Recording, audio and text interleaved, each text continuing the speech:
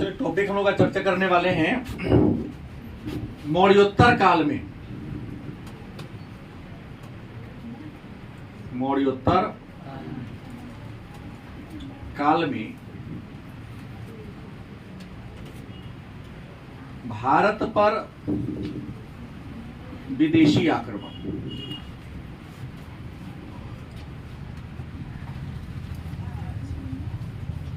आपको बता दें, मौर्योत्तर काल का परिभाषा कल के क्लास में हम लोगों ने दिया था और क्या कहा था, मौर्य साम्राज्य के बाद के जो समय होता है उस समय को मौर्योत्तर काल के नाम से जानते हैं।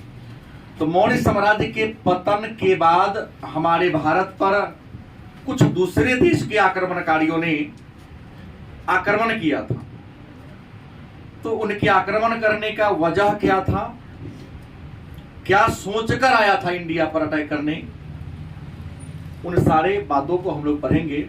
लेकिन इससे पहले दो बात बता दूं कि एक टॉपिक है मौर्य साम्राज्य। तो मौर्य साम्राज्य के इधर वाला को कहेंगे पहले और इधर वाला को कहेंगे मौर्य साम्राज्य। अगर इधर तो लेफ्ट हो गया ना, तो मौर्य साम्राज्य के पहले वाले तो मौर्य पूर्व काल हो जाएगा, और इधर होगा तो मौर्य के उत्तर काल। मौर्य साम्राज्य की स्थापना के पहले भी भारत पर विदेशियों का आक्रमण हुआ था प्राचीन काल में। और आपको बता दें कि मौर्य साम्राज्य की स्थापना के पहले इंडिया पर सबसे पहले ईरानियों का आक्रमण हुआ था।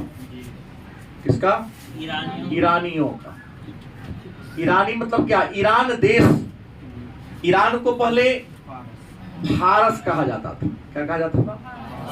माने फारस का अटैक हुआ था। उसके बाद मौर्य साम्राज्य की स्थापना के पहले ही एक और, ये फारस के बाद यूनानी कौन आए थे? यूनानियों का आक्रमण हुआ था। और इंडिया में पहली बार जो यूनानियों का अटैक हुआ था उसका नेता कौन था? सिकंदर। सिकंदर मौर्य साम्राज्य के पहले जो भारत पर विदेशी आक्रमण किए थे, इनके आक्रमण का उद्देश्य अलग था। आक्रमण करके ईरानियों का उद्देश्य था यहाँ के संसाधन को लूटना। सिकंदर के आक्रमण का उद्देश्य था साम्राज्य विस्तार करना, स्थापना करना नहीं, साम्राज्य का विस्तार करना। और मौर्य साम्राज्य के पतन के बाद भी हमारे भारत पर विदेशी का आक्रमण हुआ। इन दोनों के आक्रमण में मूलभूत अंतर यह है कि संपदा को लूटने और साम्राज्य विस्तार के उद्देश्य से किया था, और मौर्योत्तर काल में जो हुआ उसका उद्देश्य था साम्राज्य की स्थापना। उद्देश्य क्या था? माने राज्य की स्थापना करने के लिए किया था। दोनों में अंतर है। इस राज्य को बड़ा करके चल जाएगा, लेकिन नहीं, यहां हम साम्राज्य की स्थापना करेंगे, यहीं रहकर हम क्या करेंगे? शासन करेंगे। दोनों में मौलिक अंतर ये। तो मन में पहला प्रश्न ये आ सकता है कि सर प्राचीन काल में वजह क्या था कि, या मौर्य साम्राज्य के बाद कारण क्या था कि विदेशियों का आक्रमण हुआ? तो आप सभी होशियार लोग हैं, एक बात को भली भांति जानते हैं कि जो भी हो, ये मेरा भारत की अगर हम मानचित्र की चर्चा कर ले,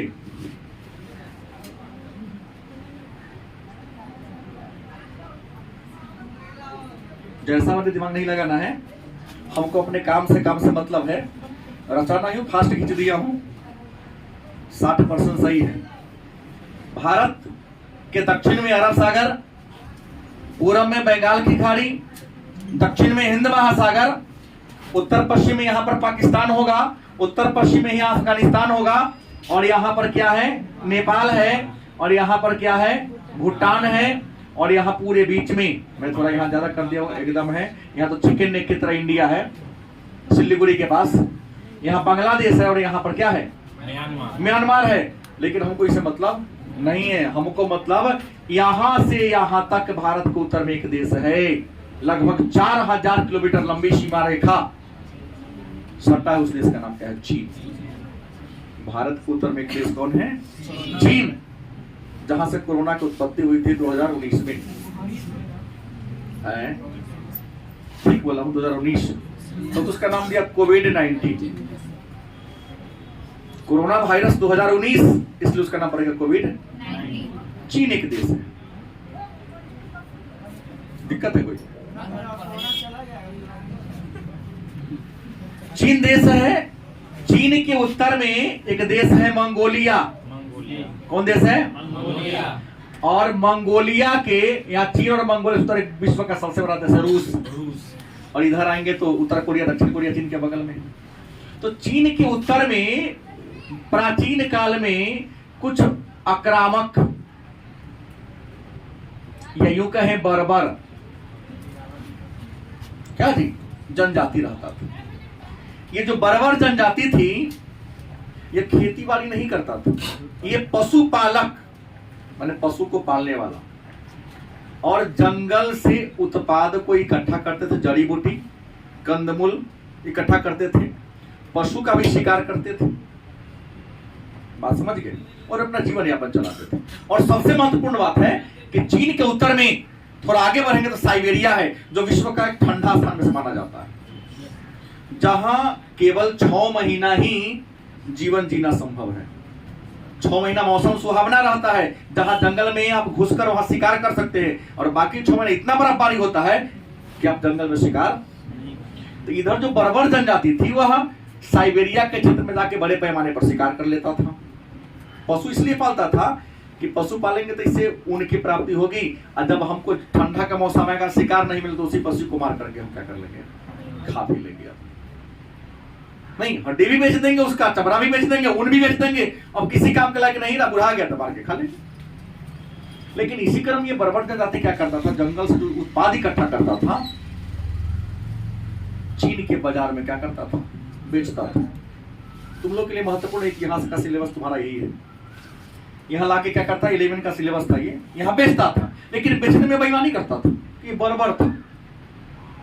जैसे मैं सुना हूं दिल्ली का चोर बाजार, आप वहां गए 50 रुपया का सामान है, मुला लिए, दाम लगा दिए 5 रुपया, तो तुमको लेना पड़ेगा, भले 5 रुपया क्यों ना दो, लेकिन लेना। लेके ऊपर गेट पार करिएगा कि नहीं इसकी गारंटी नहीं। पीछे से तुमको चोरवा आएगा, फिर छीन लेगा, फिर बेचेगा वो। सुनता गया कभी नहीं। हाँ, एक अट्टा मार्केट में गया था जो धरती के नीचे लगा हुआ था, घुसा, 800 रुपया बेल्ट का दाम कहा, 2007-8 की कहानी है, 80 रुपया मेरे साथ लगा दिया, दे दिया। वो तो बहुत दूर तक है रहा, लेना पड़ेगा, कहाँ बुलाते हम लोग बिहारी लोग हैं, वहां को मारा मारी करने जाएगा, दे लो है, लगाया 80 तो दे दिया, ले लो। दिल्ली में जमीन के नीचे एक मार्केट लगता है, मैं एक बार वहां गया था, तो ये हमेशा इस पर क्या करता था, अटैक करता था, बेचने आता था, बेचने के क्रम में अपन सीधा थोकता था, कह दिया अगर 20 रुपए लेंगे तो 20 रुपए लेना पड़ता, ज्यादा मोलजोल करते तो सामान तो दे देता, फिर लूट के लेके चल जाता। गर्मी के महीना में तो बड़ा सुंदर इसका जीवन था, ठंडी के महीना आता तो धान रोपता चीन के लोग, गेहूं रोपता चीन के लोग, काट के ले जाता ये सब। बोलते तो मारा मारी होता। चीन के राजा भी परेशान था कि मैं क्या करूं। देखिए चीन का एक राजा हुआ शी हांगटी, 3वीं शताब्दी ईसा पूर्व की घटना है कि चीन का एक राजा हुआ, क्या नाम था? हाँ, शी हांगटी। चीन का एक राजा हुआ, अपने जनता के दुख दर्द को समझते हुए जेल में जितना कैदी बंद था, कहते भाई सबको छोड़ देंगे, कुछ उपाय करो, अपने देश की सुरक्षा की करो। तो जेल में बंद पड़े कैदियों की मदद से चीन के यहां उत्तर से लेकर पूरब, पूरा है ना, एक बहुत बड़ा बहुत ऊंचा दीवार खड़ा कर दिया। उस दीवार को great wall of the China, मतलब चीन के विशाल दीवार कहते हैं। और संसार में 7 को आश्चर्यजनक चीज है, क्या? पहला कौन है? इंडिया का ताजमहल, जो 4था नंबर पर है वो चीन का दीवार। जानते होंगे आप लोग, ताजमहल अपने इंडिया में है, जो उत्तर प्रदेश के आगरा शहर में। संसार में 7 को अजूबा है, पहला अजूबा कौन है और चौथा अजूबा कौन है? चीन का दीवार इतना ज्यादा ऊंचा बना दिया कि इन बर्बर आक्रमणकारियों का चीन में घुसना मुश्किल हो गया। अब भाई हम जाए तो जाए कहां? अब इधर जाएगा तो चीन सागर है, पीला सागर है, उधर जाएगा तो प्रशांत महासागर है, मछली डूब के थोड़ी ना खाएगा ये। उत्तर जा नहीं सकता है, क्यों जाएगा? ठंडा प्रदेश है, कुछ महीना भोजन मिलेगा, बाकी पत्थर जम बन के जम जाएगा। इधर भागा तो ज्यादा इधर जाएगा, तलेगिस्तान मिलेगा, अरब का रेगिस्तान मिलेगा, जहां चावल रखते मूढ़ी बन जाता है, मकई रखोगे तो पॉपकॉर्न बन जाता है। तो जाए से जाए कहां? इसलिए का सबसे नीमन रास्ता है बस यहाँ की उत्तर पश्चिम सीमा से घुसा जा सकता है, क्योंकि उत्तर से घुसेगा तो हिमालय पहाड़ है, आना संभव नहीं था, बर्फीला इलाका था। पूरब से आ नहीं सकता है क्योंकि उसके पास जहाज नहीं था, बंगाल की खाड़ी दक्षिण से आ नहीं सकता है क्योंकि हिंद महासागर है, पश्चिम से आ नहीं सकता है क्योंकि अरब सागर है। उत्तर पश्चिम सीमा खाली था, ना यहाँ कोई नदी थी, नदी तो थी लेकिन सागर महासागर, और यहाँ कोई ताकतवर राजा भी नहीं था जो उसका क्या कर सके। तो यहाँ अनेक जनजातियां थी, कुछ इधर से भी आई यूनानी साम्राज्य के पतन के बाद, सिकंदर के बाद, और कुछ इधर से आई, और क्रमिक रूप से इंडिया में क्या करना शुरू कर दिया? आक्रमण करना शुरू कर दिया। जो इंडिया के अनुसार अपने आप को ढाला, इंडियन कल्चर को अपना लिया, इंडिया में रहा, बाकी को यहां से भागना पड़ा। तो आइए, एक बात तो उम्मीद है कि जान गए होंगे कि आक्रमण का रीजन क्या था, चीन के दीवार का बनना, और वहां के लोगों का आपसी कलह भी। चीन का दीवार बन गया तो यहाँ संसाधन कम, लोग ज्यादा, तो जो ताकतवर था अपने से कमजोर को खदेड़ दिया। कुछ दिनों रहा, फिर संसाधन खाता था, फिर और उससे थोड़ा बड़ा खा रहा होगा, और सबसे लास्ट में जो अपने था उसको ही भागना पड़ा, जैसे हूं सबसे लास्ट में इंडिया में आया था।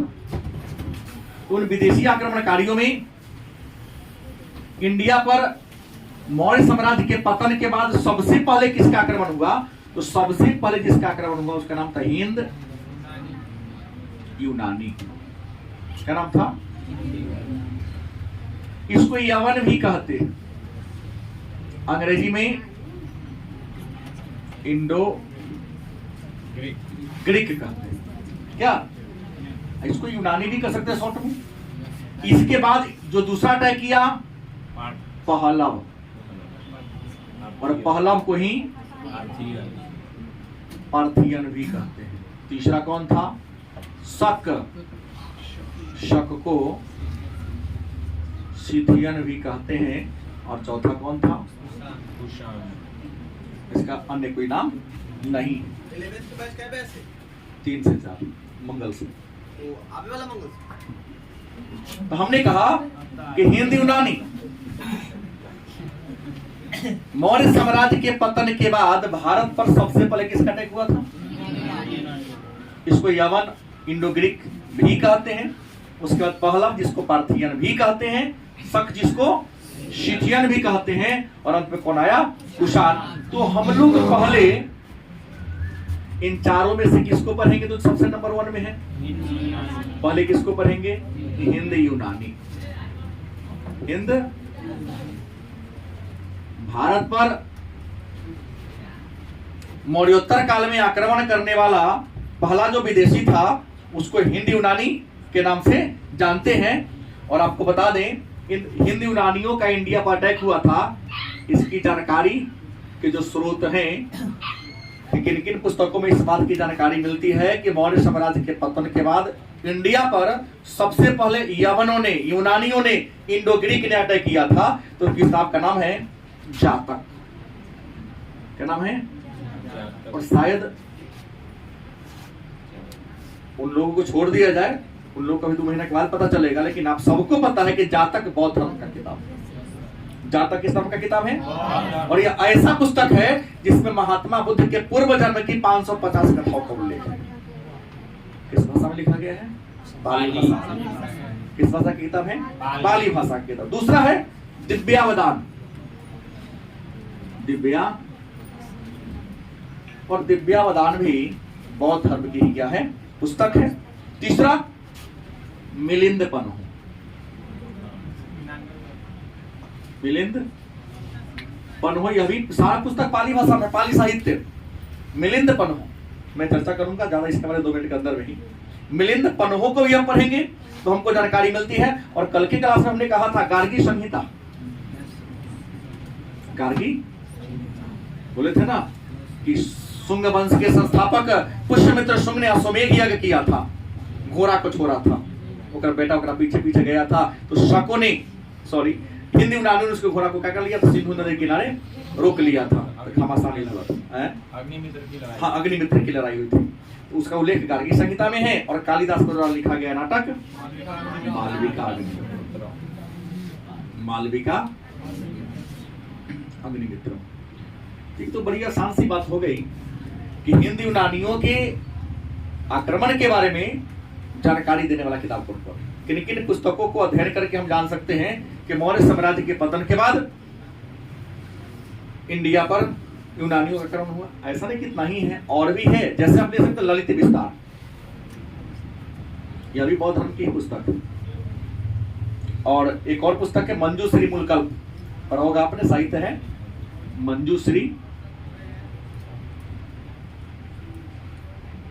मूलकल्प।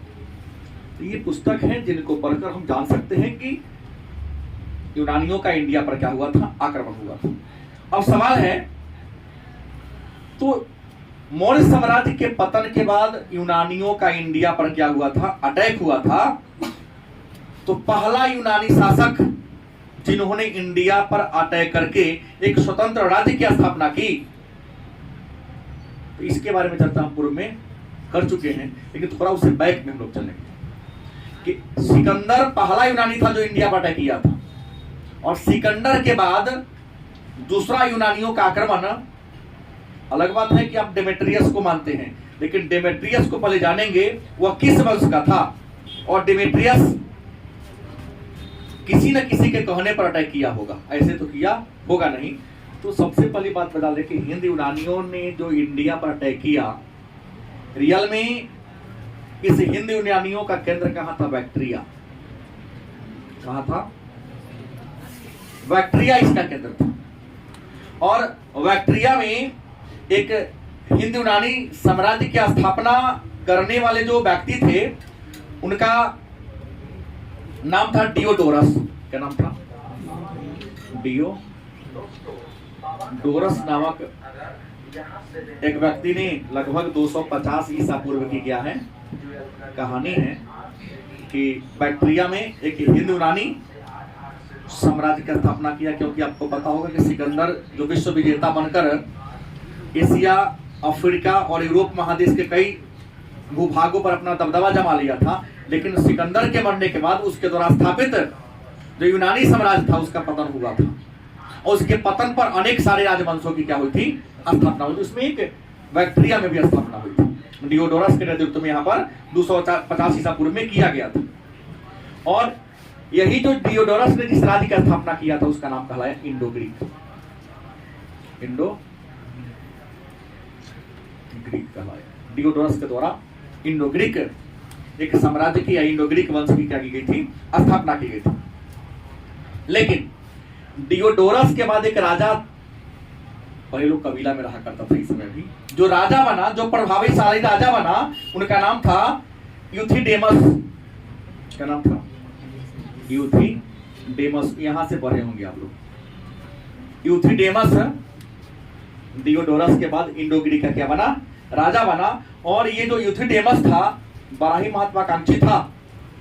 इसी के मरने इन्होंने अपने राज्य का बहुत विस्तार किया था, लेकिन इनको भी भारत पर आक्रमण करने का सपना था, लेकिन सपना पूरा नहीं हो सका था। इसके मरने के बाद इनका बेटा डेमेट्रियस कौन था, जहां 12वीं से आपको पढ़ना है, यही मैं पढ़ाया यहाँ से। ये दोनों को मैं छोड़ा हूं, पीछे ज्यादा हो जाता है।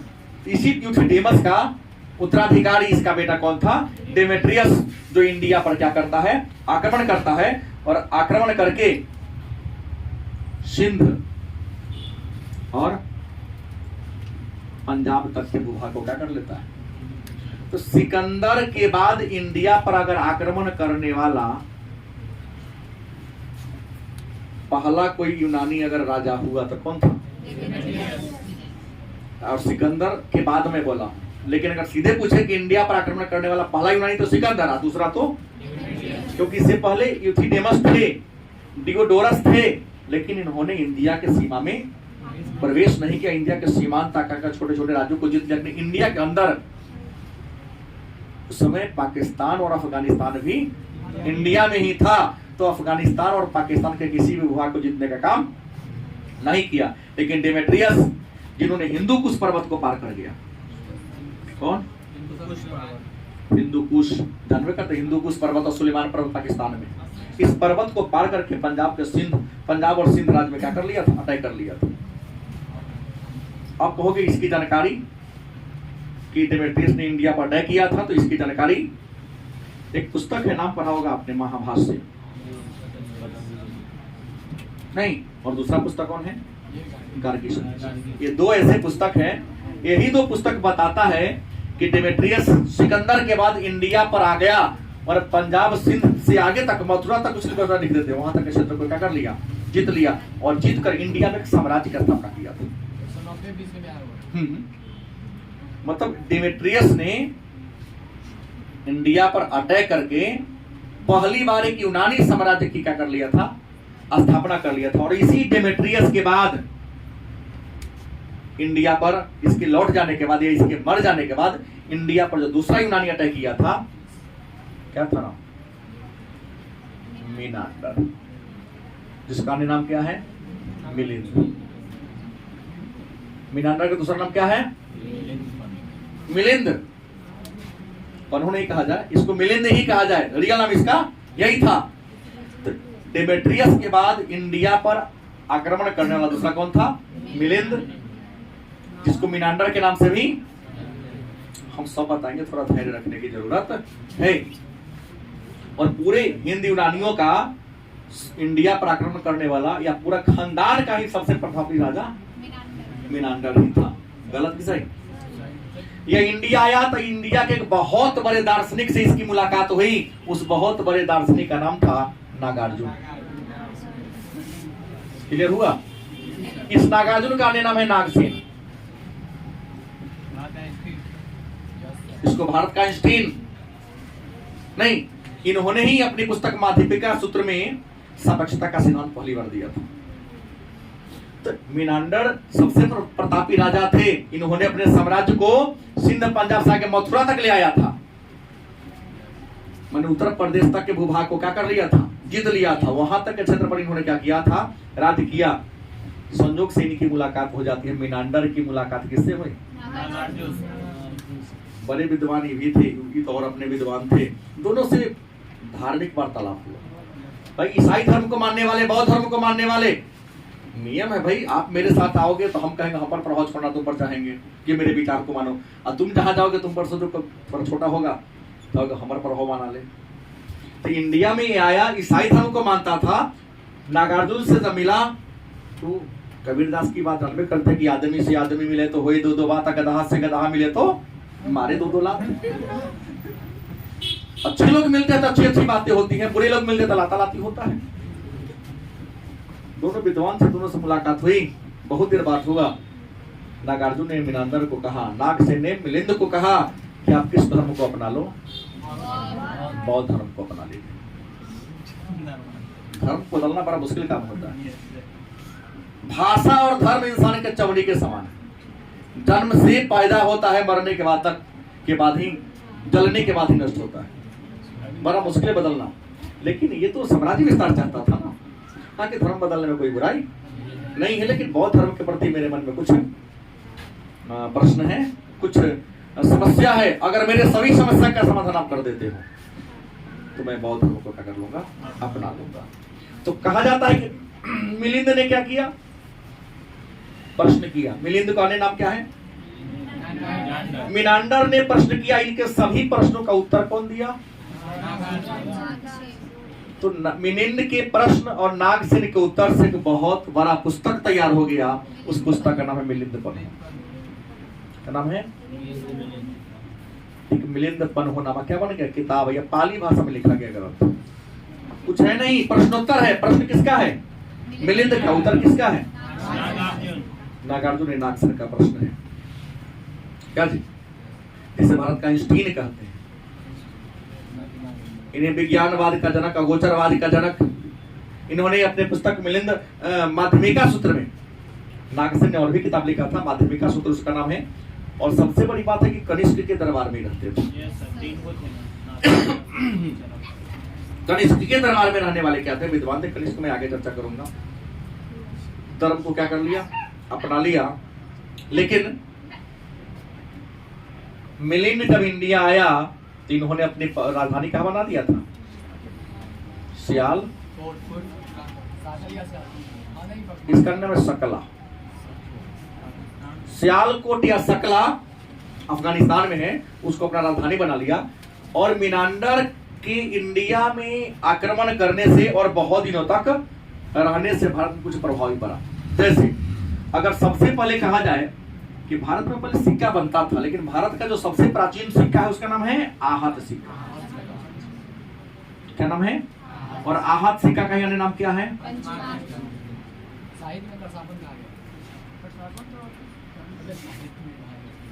प्रश्न है कि भारत का जो सबसे पुराना सिक्का है उस पुराना सिक्का का नाम क्या है?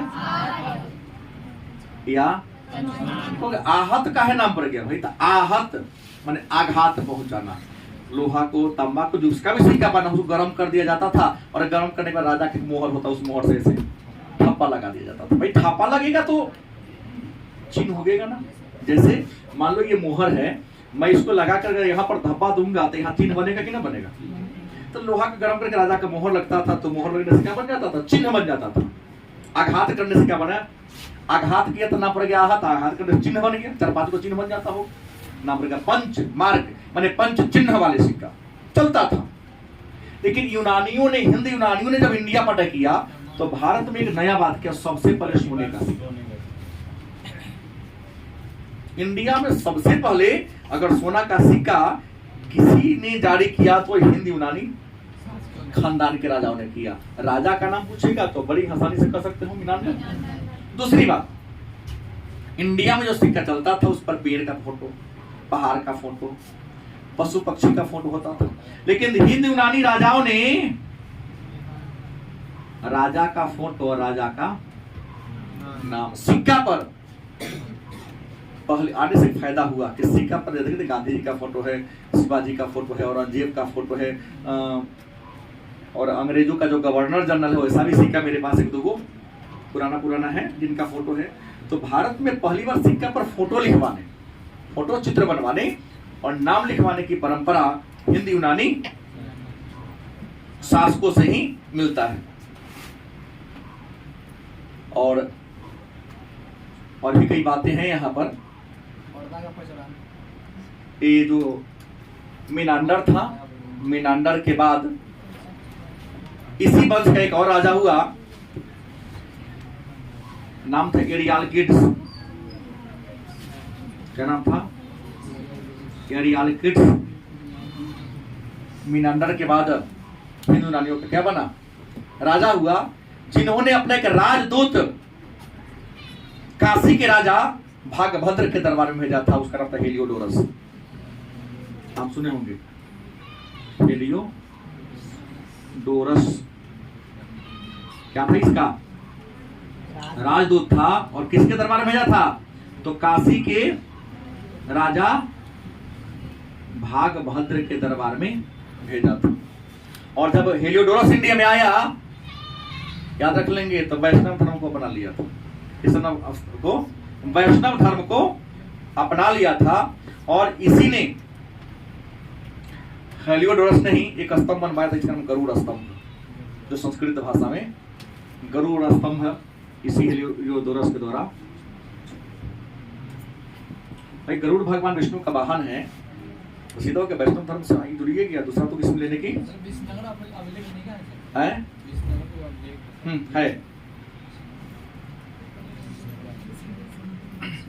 इस बात को जान गए। अब इसके बाद एक और विदेशी पर हम चर्चा करेंगे,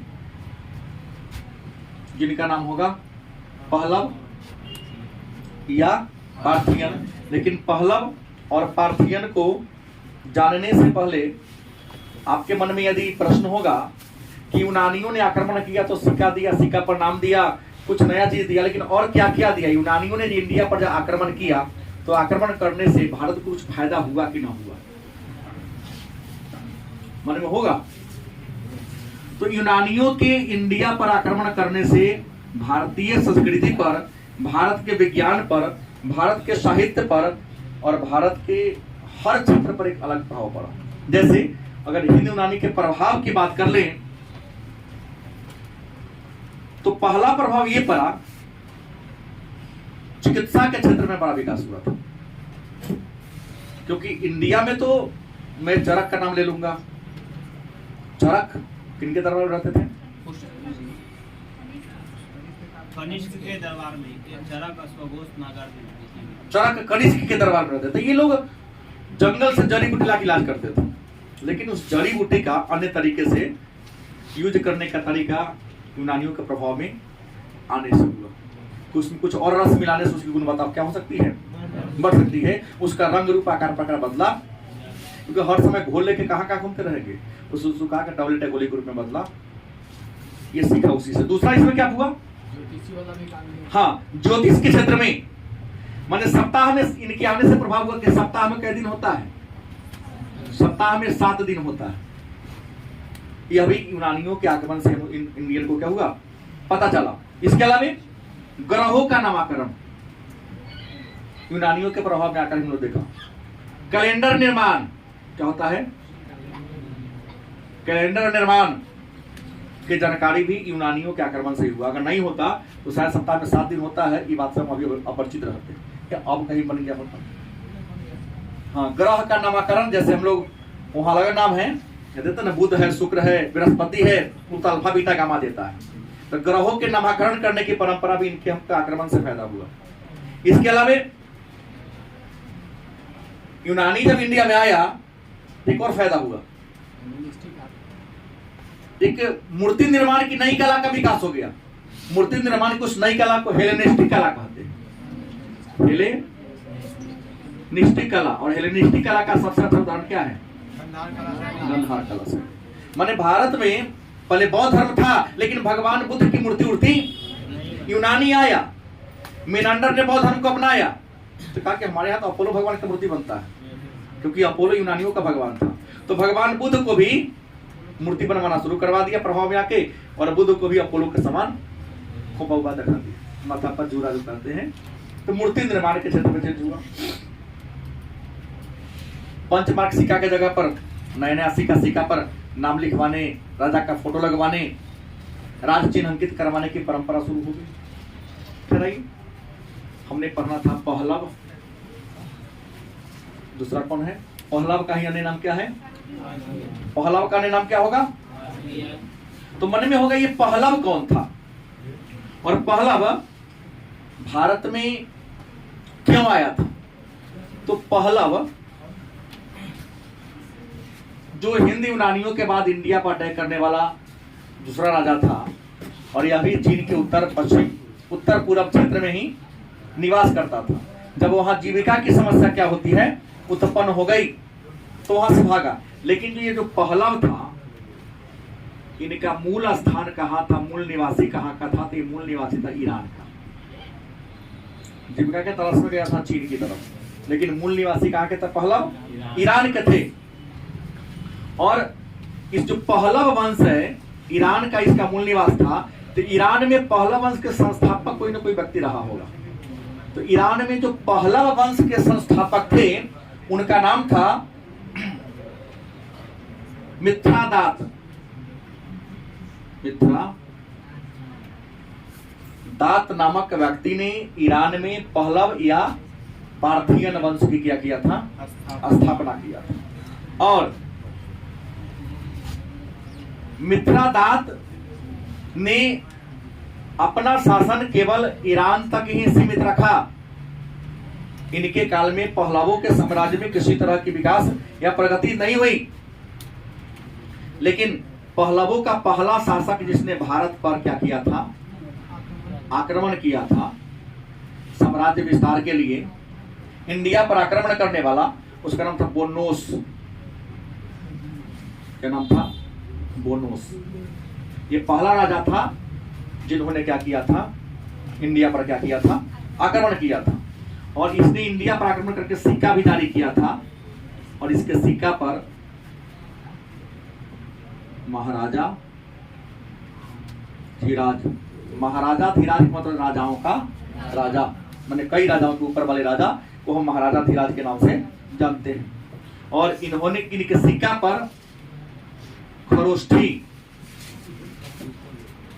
और यूनानी लिपि में लिखा हुआ है। लिख मतलब राज्य के बारे में, प्रशासन के बारे में कुछ ना कुछ क्या होगा, लिखा होगा। और इस बोनोस का जो उत्तराधिकारी बना, जिसके बारे में 12वीं के बच्चों को मैं पढ़ाता हूं, जो आप लोग को याद होगा, गंडोफर्नीज या गोंडोफर्नीज।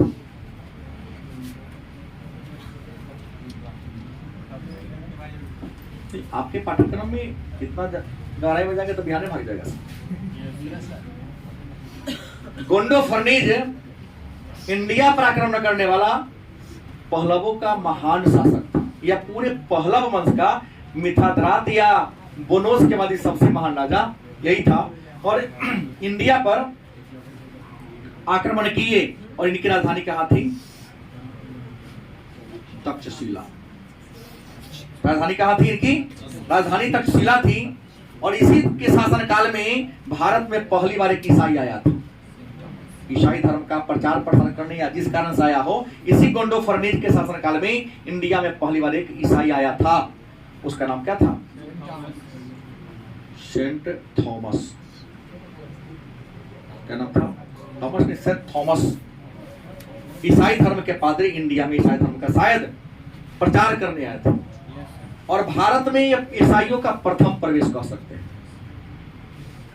गलत या सही? भारत में ईसाइयों का प्रथम प्रवेश सेंट थॉमस के नेतृत्व में हुआ, लेकिन शायद इनको सफलता नहीं मिली। आए, घूमे और यहां से क्या हो गए, निकल गए।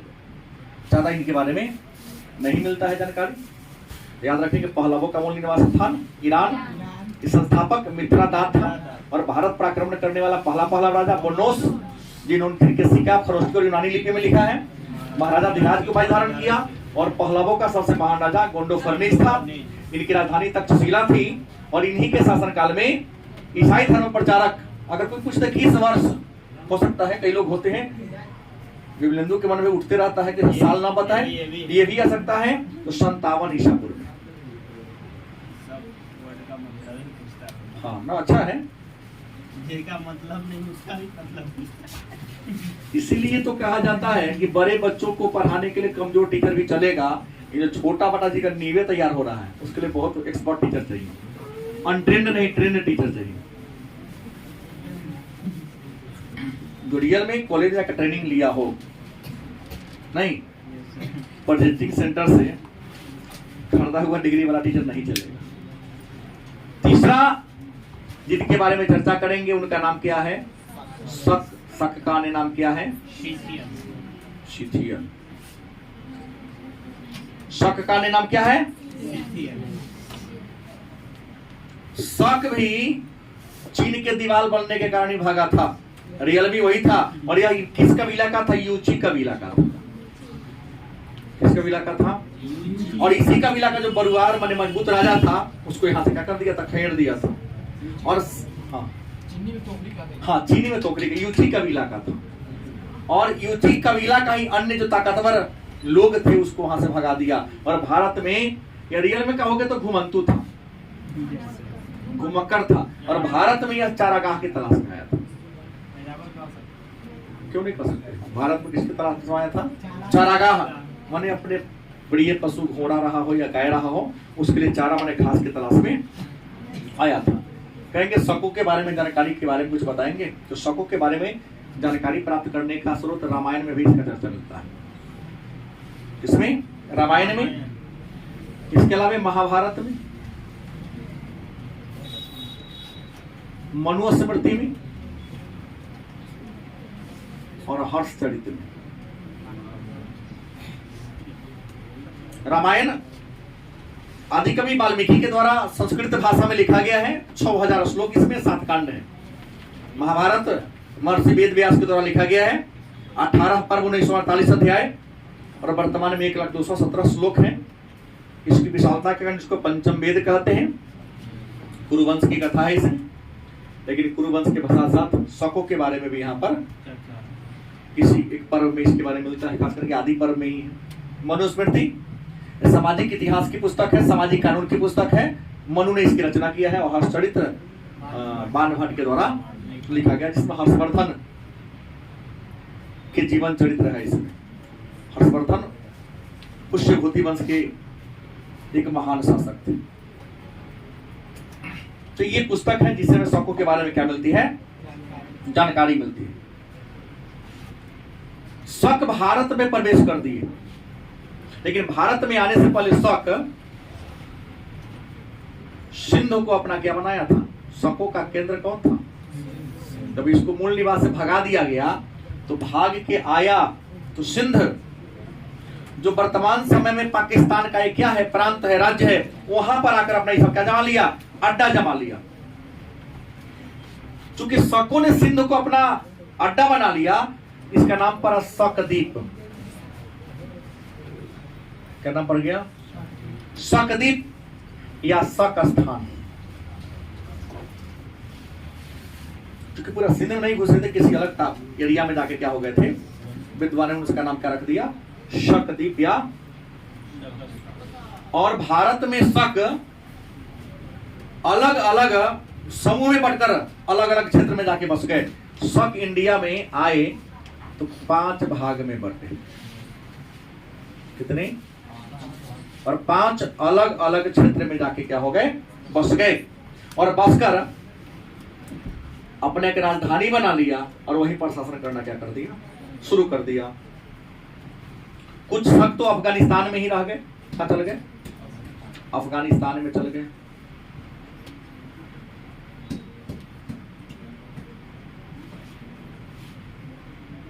कुछ पंजाब में आ गए, कहां आ गए, कुछ पंजाब में आ गए, कुछ मथुरा में, कुछ गुजरात के काठियावाड़ में। क्या जी, गुजरात सीधे लिख देता हूं, हम महाराष्ट्र ले सकता हूं सीधा। 5 भागों में आकर क्या हो गए, बस गए। उनको मन में डर था कि हमारी आबादी क्या है, ज्यादा है, किसी एक क्षेत्र में जाएंगे तो वहां के स्थानीय राजा के द्वारा मेरा विरोध किया जा सकता है। तो ये लोग बड़ी बुद्धि से काम लिया और अपने पूरे कबीला को 5 भागों में क्या कर दिया, तोड़ दिया। और भारत के अलग अलग हिस्सों में, कुछ अफगानिस्तान की ओर चला गया, राजधानी तक्षशिला को बना लिया, कुछ पंजाब की ओर आ गया, कुछ मथुरा में आके बस गया। मथुरा उत्तर प्रदेश से पड़ता है, ठीक है ना।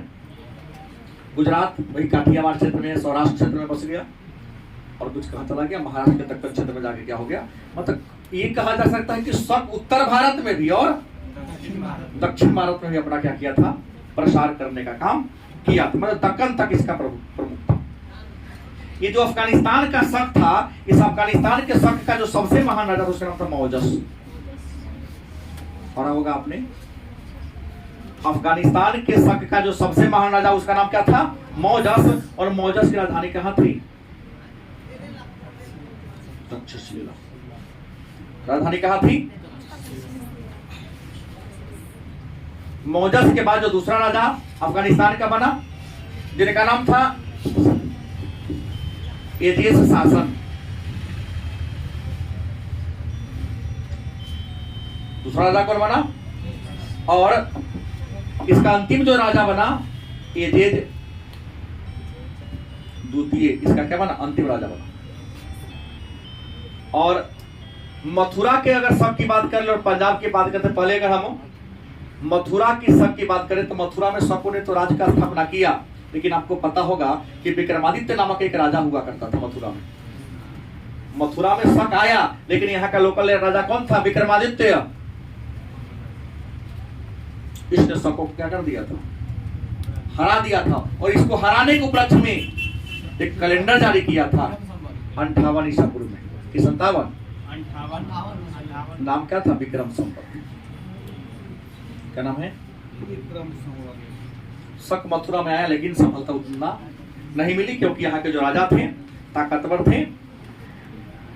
लेकिन जितना दिन रहा दबदबा बना के शासन किया।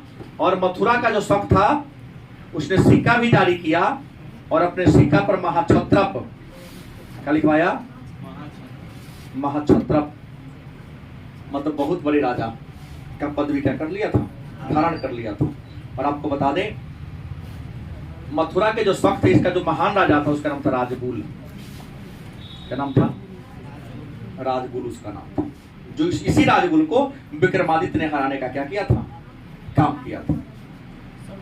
शको का प्रथम राजा मोह था, तो उसका कोई उपलब्धि नहीं है। किसका? शको का प्रथम राजा मोह था, मतलब उसका कोई उपलब्धि नहीं है। मेरा कहना भारत में आएगा तब लोग हम जानेंगे। हम शक की राजा की तो बात कर रहे हैं। हाँ, तो जो इंडिया में उसकी मैं बात कर रहा हूँ। मैंने कहा जो इंडिया में आया ना, मैं उसके बारे में आपको विस्तार से क्या कर रहा हूँ बता दे रहा हूँ। लेकिन शक रियल में घुमंतु थे, मूल स्थान तो कहीं और था। इंडिया में आया तो उसने क्या किया जानना तब को पड़ेगा। और प्रतियोगिता के क्षेत्र में एक बात और जान लीजिए, करंट अफेयर हो या इतिहास से जुड़ा हो, कोई बात हो, जब तक इंडिया से जुड़ा हुआ ना हो उसको पढ़वे नहीं कीजिए। क्योंकि इंडिया से जुड़ा हुआ जो करंट अफेयर्स नहीं होता वो आपसे लगभग 90% नहीं पूछता है। और प्रतियोगिता वाले छात्रों में मैं देखता हूं, हमसे जो सलाह लेने आता है तो मैं पहला कहता हूं कि तुम जिसकी तैयारी करने जा रहा हो उसका क्वेश्चन बैंक देख लो। तुम्हें दरोगा बनना है, सिपाही बनना है, बीपीएससी करना है या यूपीएससी करना है। जैसे घर बनाने के लिए पहले नक्शा बनाना पड़ता है, तो हम पहले क्या करेंगे, उसका हम सिलेबस देंगे, कहां से प्रश्न आता है, और जहां ज्यादा प्रश्न आता है उस पर हम फोकस करेंगे।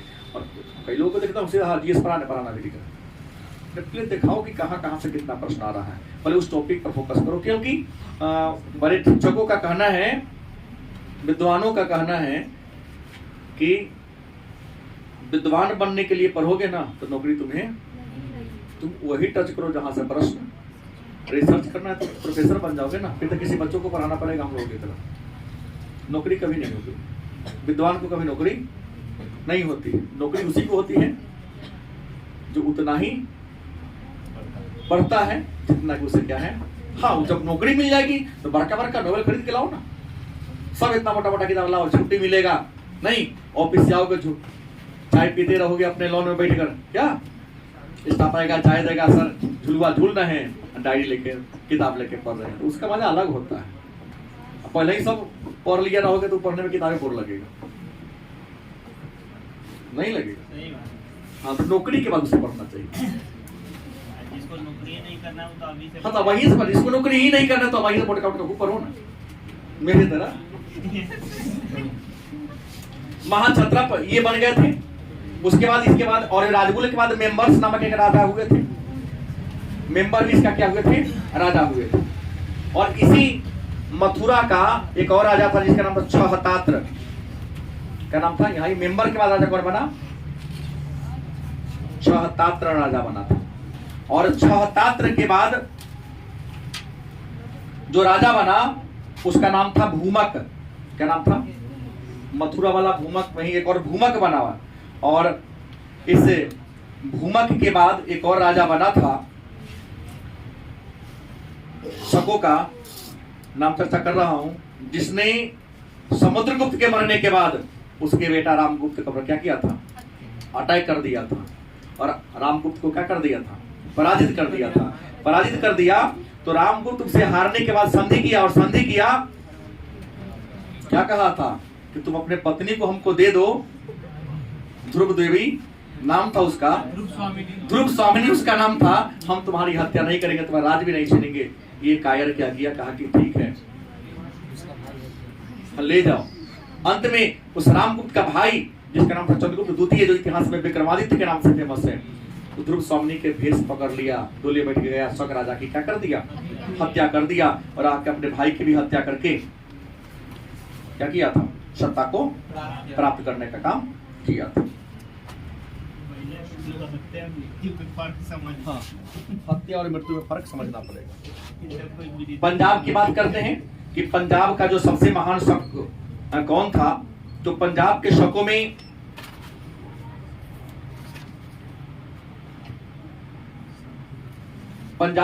में एक और महान शक की अगर राजा की बात करते तो उनका नाम था नहपान। नाम किन कहा जाता है? नहपान का उनका नाम आ जाता है, जिन्होंने शासन किया। लेकिन इतिहास में उपलब्धि ज्यादा दर्ज नहीं कर सका, क्योंकि इनका एक दामाद था ऋषभदत्त। ऋषभदत्त उनका दामाद था जिन्हें क्या कर दिया, हत्या कर दिया, और एक नया खानदान वहां पर क्या कर दिया, ले आया। महाराष्ट्र की बात करते हैं तो महाराष्ट्र और गुजरात की बात करते हैं तो गुजरात में तो सब जानता है रुद्रदामन आ गया था। क्या गुजरात के सबका सबसे महान राजा कौन था? रुद्रदामन था। रुद्रदामन ने तो सातवाहनों को भी हराया था। शकों का सबसे महान राजा यही था। इसके बारे में जानकारी हमको इसके अभिलेख जूनागढ़ से मिलती है। पूरे गुजरात के इलाका को अपने कब्जा में कर लिया था, सातवाहनों को ही पराजित किया था। हालांकि सातवाहन के एक राजा गौतमीपुत्र सातकर्णी से ही भयभीत थे, और अंत में यज्ञ श्री सातकर्णी हुआ जो इसको पराजित करके इसकी बेटी से क्या किया था, विवाह किया था। लेकिन सबसे महान राजा यही था कि चंद्रगुप्त मौर्य के द्वारा बनाए गए सुदर्शन झील का अपने निजी खर्च से पुनर्निर्माण करने का काम किया था।